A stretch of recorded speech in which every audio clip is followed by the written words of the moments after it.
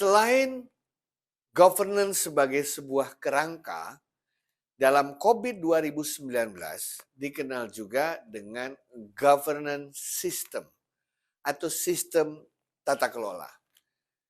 Sehingga COVID 2019 sebagai sebuah governance system yang di dalamnya terdiri dari sejumlah komponen yang saling berhubungan satu dengan lainnya, dibangun dengan sejumlah prinsip.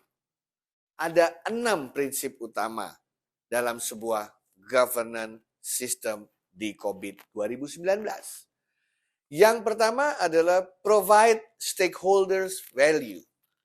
Artinya adalah bahwa kerangka COVID, sistem COVID, beserta seluruh konten, metodologi, dan konsepnya dibangun dengan tujuan utama memberikan value kepada stakeholders. Apakah stakeholders itu adalah pemilik perusahaan, customer, internal employee, partners, regulators, ya semuanya adalah stakeholders yang harus diperhatikan ekspektasinya terhadap sebuah sistem perusahaan atau organisasi. Itu prinsip yang pertama.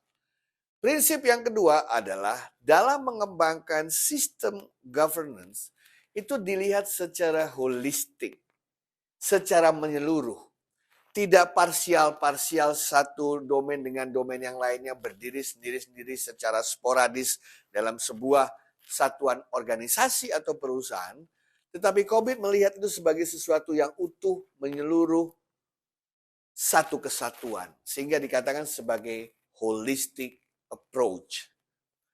Yang ketiga, yang juga diadopsi oleh COVID 2019, yaitu dynamic governance system. Pengembang COVID sadar bahwa situasi dunia, situasi environment selalu bergerak dinamis sesuai dengan perkembangan zaman. Sehingga sistem governance yang dimiliki sebuah organisasi atau perusahaan harus mampu beradaptasi dengan perubahan yang terjadi. Itulah yang dimaksud dengan dynamic. Kemudian yang keempat yaitu membedakan antara governance dan management. Governance dan management walaupun keduanya ada hubungan, tapi keduanya pada dasarnya memiliki perbedaan yang mendasar. Ya, kalau manajemen berada dalam ranah plan, build, run, control atau monitor. Sementara governance berada dalam tataran EDM, evaluate, direct, and monitor.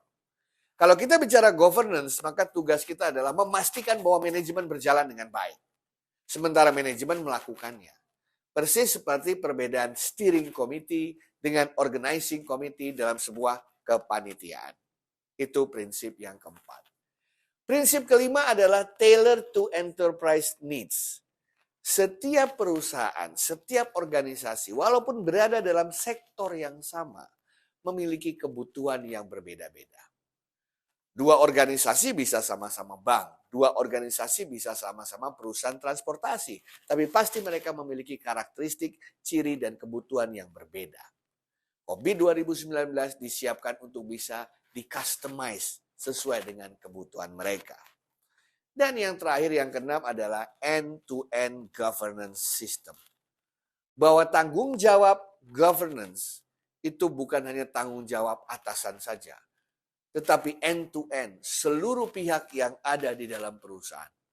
Dari pemegang saham atau pemilik, komisaris, direksi, manajemen, hingga yang paling rendah staff operational, mereka memiliki tanggung jawab governance dan manajemen pada posisinya masing-masing. Istilahnya adalah suatu kegiatan yang end-to-end. Itulah keenam prinsip yang dipegang sebagai referensi dalam mengembangkan sistem governance pada COVID 2019. Terima kasih.